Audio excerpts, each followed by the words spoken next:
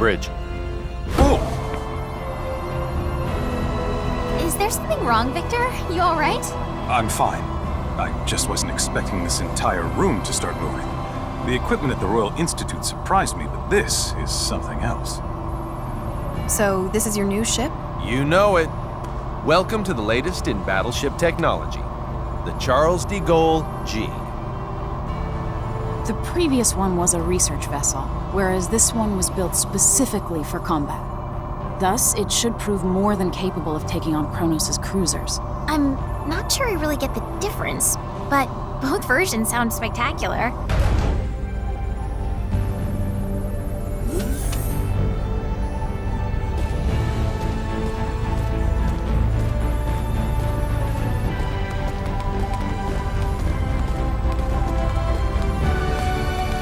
What's the deal? The target is already well within the detection field of our ultra-long-range sensors. According to their data, the ship is heading for the Omphalos system at a speed of warp 14.3. Warp 14.3? That has to be some kind of mistake. It isn't. What's that mean? It means they can travel faster than us.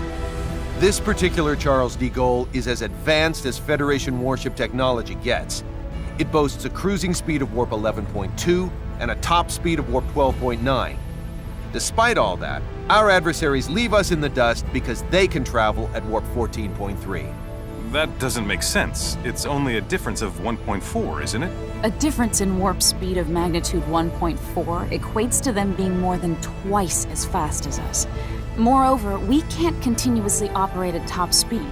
Cruising slows us down even further, meaning we could never hope to catch them as long as they keep going. Oh no! Gravitic warp time. That's impossible. The gravitic warp engine is still an experiment. It hasn't even undergone its 24-hour endurance test yet. A real-world deployment is tantamount to suicide. That alone doesn't make it impossible. It just makes it not the safest bet in the world. I've managed to establish contact with Dr. Krupp at Remote Station 5. You are too damn good at this.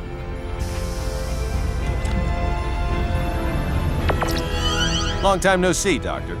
Long time indeed, Captain. I hear that you've decided to take the Model G out for a spin. You are indeed a Kenny through and through. Sorry about that, but this ship's imperative to my mission. Well, it has to be tested at some point. Why not make it now? By the way, while I assume there's only one reason you'd contact me at this juncture, let me ask for the hell of it. What do you want? To use gravitic warp. Denied. You're allowed to go a maximum warp speed of 11, and that's only in spurts. You've got to be joking. That's slower than normal warp speed. There's a dangerously high probability that we won't be able to control all the creation energy required to activate the gravitic warp engine. Therefore, we're forced to use the normal warp engine for energy, resulting in the aforementioned lack of speed. As concise and accurate an explanation as ever, Miss Patriciani. I fail to see your issue, Captain. The normal warp engines aboard that cruiser are state-of-the-art. You can go plenty fast. Well, the Kronos ships have a cruising speed of 14.3. What? I was totally unaware they'd come so far with their technology. How fascinating. We've surmised that their tech is likely based on symbometrics. Symbometrics, huh? You say it directly influences the fundamental composition of matter. Meanwhile, we've barely scratched the surface of that discipline. No wonder they're ahead. We can't disregard the possibility that Kronos is able to repress creation energy, or perhaps a similar type, through the use of symbometrics. What do you have there? I'm reviewing the information we recovered from the database inside their facility. It seems, however, that their symbometric research draws heavily upon the principles of Fey Creed 4 signaturgy. I can't grasp much of what's written here. Let me see that data of yours. Although, judging by what you said, I might not be able to understand much of it at the moment. If possible, I'd like to get the opinion of a local expert. Fiore. You've already input all the information I've gathered into that machine. If you want to learn anything new, You should probably ask someone else. Speaking of which, what about asking Cassius? He's probably our best bet. We'll head for this local expert's place immediately, Doctor. Once we're there, you can talk to him directly. Perfect. I'll set it so I can receive transmissions at any time. You know the drill, Anne. Take her with you to the Royal Institute in Languedoc. Yes, sir. The rest of us will hold down the fort until they're back.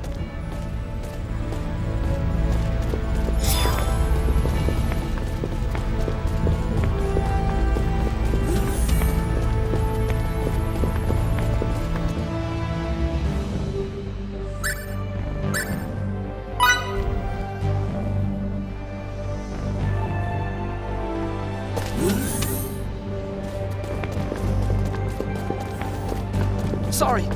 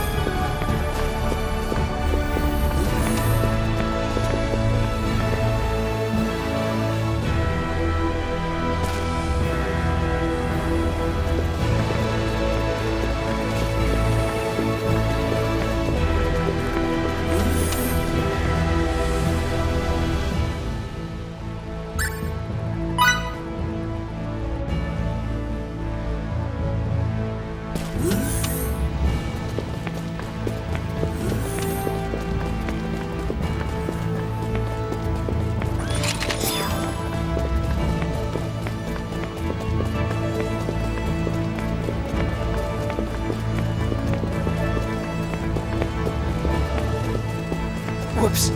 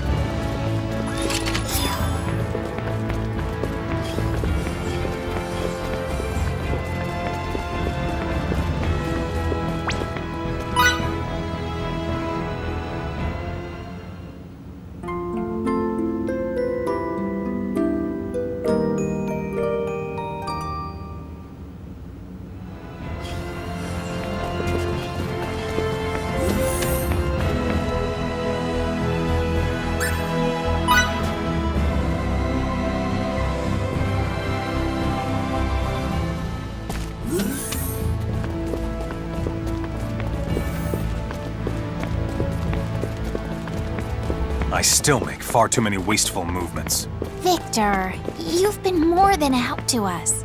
Maybe, but I'm afraid I might accidentally hurt someone behind me. Don't worry, because that's what I'm here for. If anything happens, I can take care of it. That's why I'm worried. Wait, what? What exactly is that supposed to mean, huh?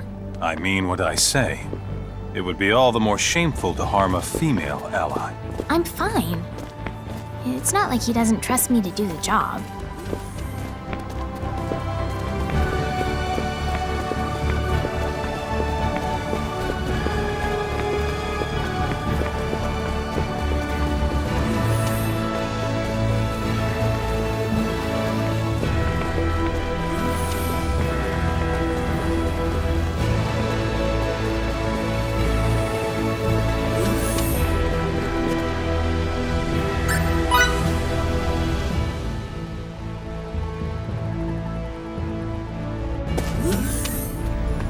And to the bridge. How'd it go? I believe we'll have our answers soon enough. That's wonderful. Then come to the bridge ASAP. All right. The two of them get along with each other way too well.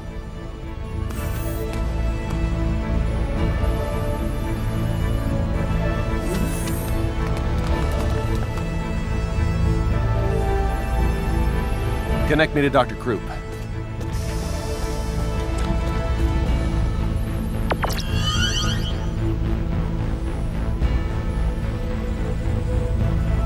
How's it coming along, Doctor? It's done. That's how it's coming, slowpoke. Already? You never cease to amaze, Doctor. Well, let's cut to the chase. You'll need to both reprogram some aspects of the software and physically apply symbols to the outside of the gravitic warp engine. Imbue the warp engine with symbols? I would never have thought of that. It's possible, and I can rewrite the software from here, but the symbols are the real problem. Sadly for you, I'm not a symbometrics expert. I don't know a thing about how to imbue objects with symbols. Dr. Krupp, can you show me a list of the symbols we need?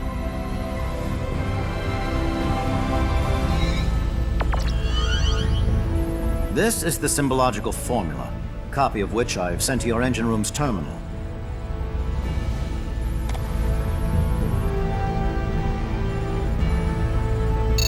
It looks pretty intricate, but I should be okay. What? Are you kidding me? They're the same as signets in principle, so anyway, I've never done such long and complex ones before, but I'll give it all I've got. Excellent. Say, what was your name again? Fiore Brunelli. I'll have to remember that. Very well, let me start rewriting the program. If you can faithfully reproduce the formula I sent, we shouldn't have any problems. Got it. View that engine good. Leave it to me. Fiore? Would you mind if I tagged along and watched you imbue the engine? I've never seen anyone imbue an object before, so I can't help but be curious. I suppose it's only natural for a signaturge to be interested in this kind of thing. Mind if she comes too, Anne? Of course, no objections here. Yes! You should come with me and see it for yourself, Fidel. You weren't around when I got mine imbued, so I bet you've never seen it perform before, right? What? I don't know. It can't hurt to acquire some new knowledge. I don't see why you would refuse. She speaks the truth. There's never a reason to turn down a request from a lady. Captain?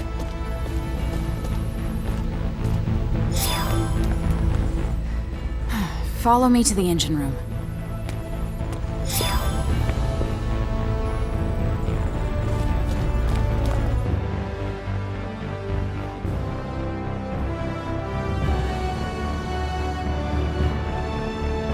Deck 3. Engine room.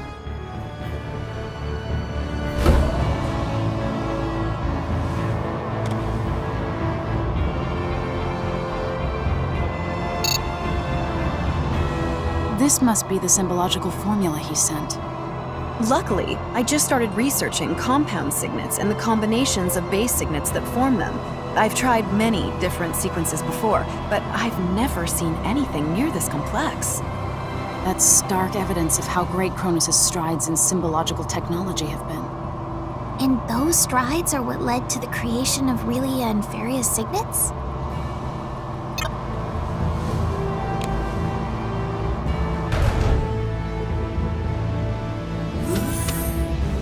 This is the engine room.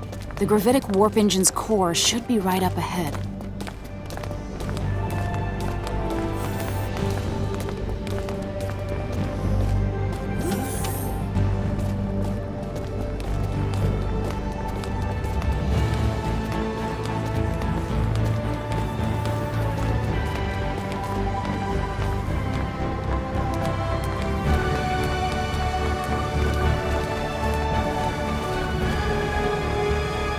It would be dangerous for you to get any closer, so could you please stand back? All right then. This is it.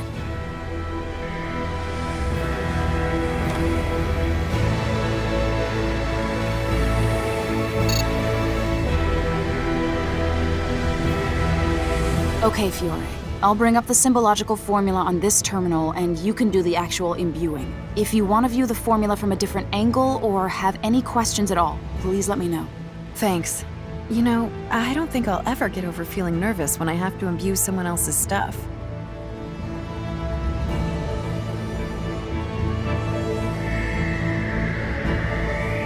All right, let's get to it.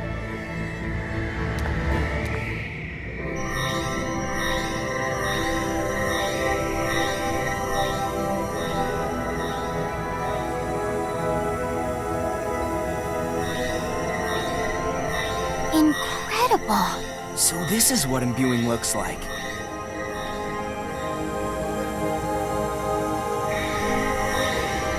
That was our final symbol.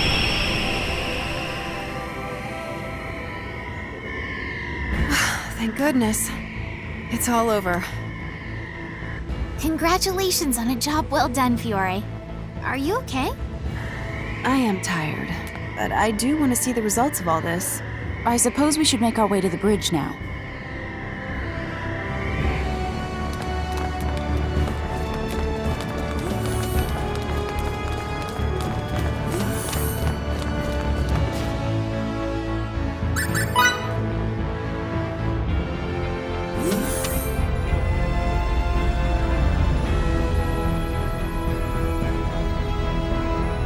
I've updated the software.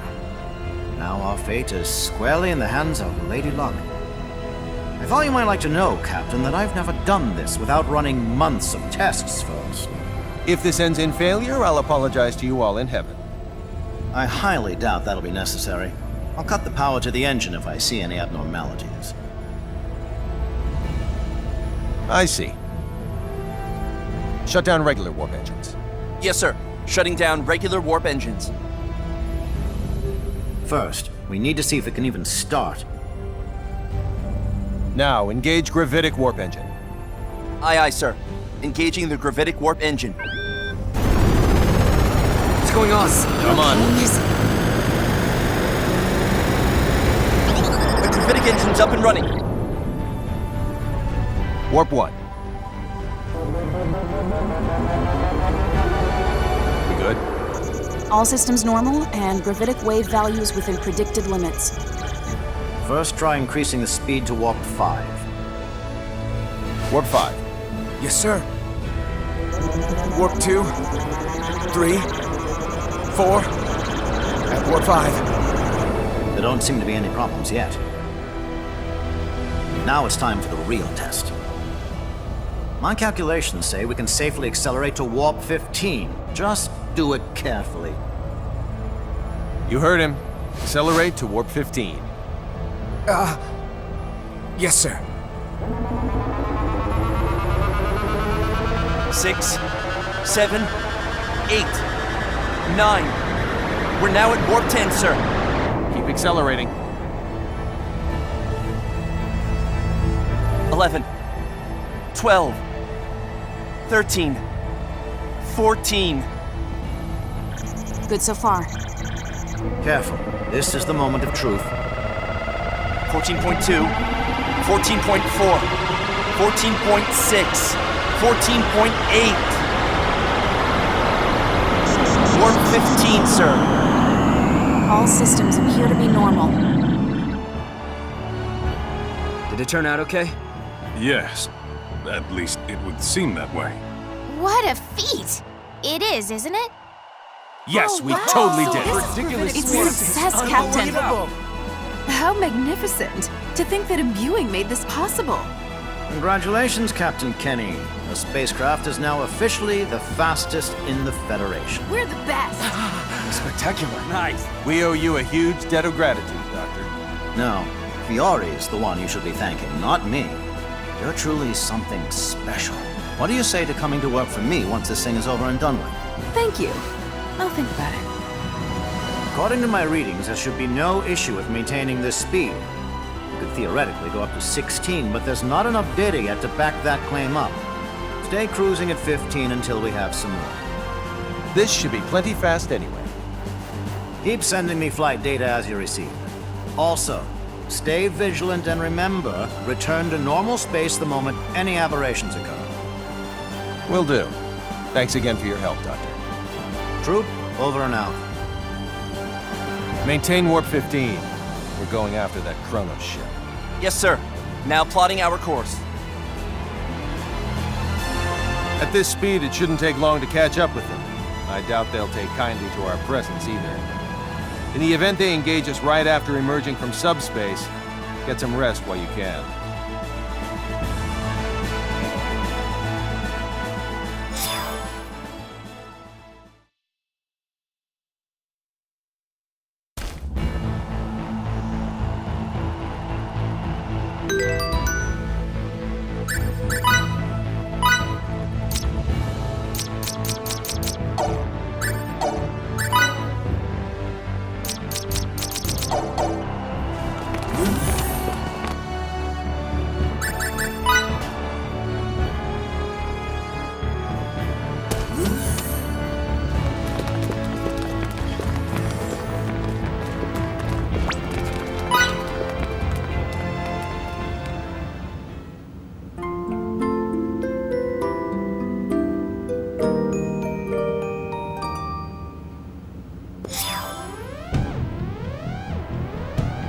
Red alert, all hands to battle stations. Vacredians, come to the bridge immediately.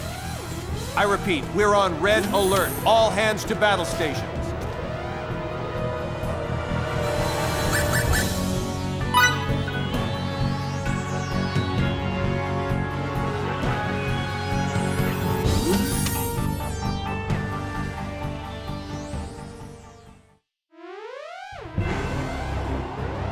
It's 16 minutes until contact. Set shields to Omni and phase cannons to automatic aiming. Whatever you do, don't let any shots hit their engine room. Aye, aye, sir. Setting shields to Omni, putting phase cannons on automatic aiming. Other enemy ships? Our short-range radar detects only the one. It doesn't seem to have rendezvoused with any fleet yet. There's also nothing resembling a base in the area, but there is an asteroid belt. Captain, the enemy is slowed down. Only minutes until contact. Reduce our speed as well, but I don't want to go any slower than double the enemy's. Sir. They've warped out and are flying a holding pattern in normal space. Emergency warp out. Enter normal space. Aye, aye, sir. Currently at warp 10, 9, 8. High energy emission from enemy ship. Now 0.173 light years away. Hurry, they're gaining the upper hand as we speak. 2, 1. Now in normal space. Engines to half. Evade via course 140. Divert power from gravitic warp engine to shields. Reducing engines to half. Setting course 140. Diverting power from gravitic warp engine to shields. 4 incoming torpedoes, currently 30,000 clicks out. It's possible to avoid 2 of them, but we're assured of taking hits from the remaining 2. We'll weather this volley easily enough. Our state-of-the-art shields and output from the gravitic warp engine will keep us safe. All hands prepare for impact! Shield efficiency reduced to 78%, but that figure is rapidly climbing. No problems here. Engines to 3/4. Launch 4 photon torpedoes on course 90 Mark 90 at 100,000 clicks. Yes, sir. 30 seconds to current destination. After that, set engines to full power and take the enemy from behind. Fire phase cannons once we have visual contact, but don't aim for their engines. Aye, aye. Aye, aye, sir. Destination reached. Firing 4 photon torpedoes. Enemy taking evasive action. Torpedo 70,000 clicks out. Engines at full speed. Fire all phase cannons at the enemy's projected position. Firing phase cannons. Phase cannons all hit the enemy ship, but they seem to have had no effect. So, their shields aren't half bad either. Fire the last 4 photon torpedoes. Copy that. Firing.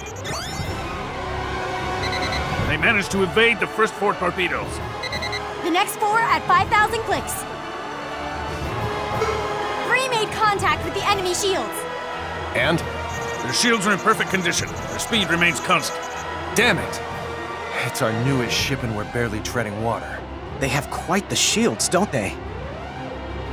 Captain, now that we can run the gravitic warp engine for extended periods of time, it should be possible to use that energy to launch quantum torpedoes. This ship is equipped with 12 of them for testing purposes. You're right. That last attack should lead the enemy to underestimate our firepower. Hiding quantum torpedoes amidst a barrage of photon ones should also increase the likelihood they'll hit. That's my and for you. Load 4 photon and quantum torpedoes apiece. Don't forget to set it so they do not target the engine room. Aye, aye, sir. Preparing 4 photon and quantum torpedoes for launch. The enemy vessel's changing course. Their new course indicates they'll attack, not evade. They think they can take down our shields with a volley of plain old torpedoes. There's no doubt they underestimate us. Fire 2 photon torpedoes, then fire 2 quantum ones. Yes, sir. Firing 2 photon torpedoes. Now firing 2 quantum ones. Captain, sensors read the enemy has launched 8 torpedoes of their own. Take evasive action. Yes, sir. Talk about a bold move. That proves it. They don't think anything of our artillery. Photon torpedoes, 5,000 clicks out. Quantum torpedoes, 8,000 clicks out. Enemy torpedoes incoming at 20,000 clicks. The enemy's making no attempt to evade. Photon torpedo contact imminent. Their shields sustained no damage. Still no sign of evasion from them. Quantum torpedo contact imminent. Captain, their shields have been reduced to 11%. We've also confirmed their engines are no longer operational. Yes. And their torpedoes? We succeeded in avoiding all 8 of them. What a thrashing. Hold that thought. The enemy ship has lost power and is now caught in a nearby planetoid's gravitational field. What was that? Uh-oh. If that ship goes down, Little Miss Starlight goes down with it.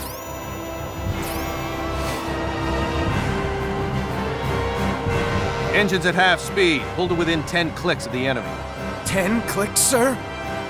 There's nothing their ship can do to us. It's lost all power and gone utterly silent. Understood. Engines to half speed. We're currently 10,000 clicks out and gradually slowing down. And once we get within 10 clicks, halt its descent with our tractor beams.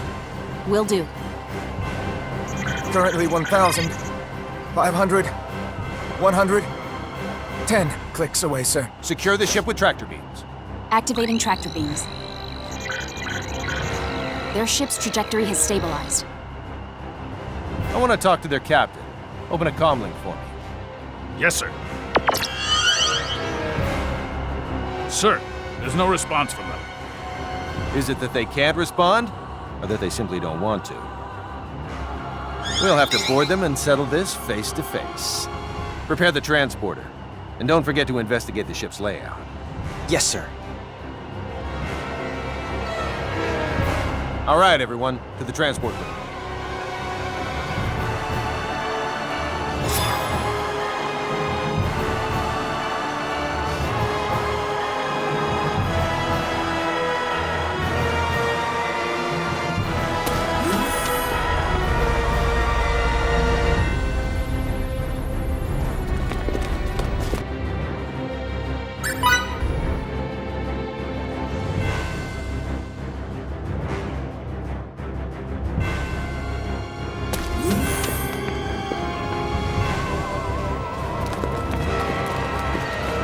Delacroix, what's the situation inside their ship? It's lost almost all its power, including the default generator. All that's left is a small reserve, which is connected to the life support system. Then let's hurry.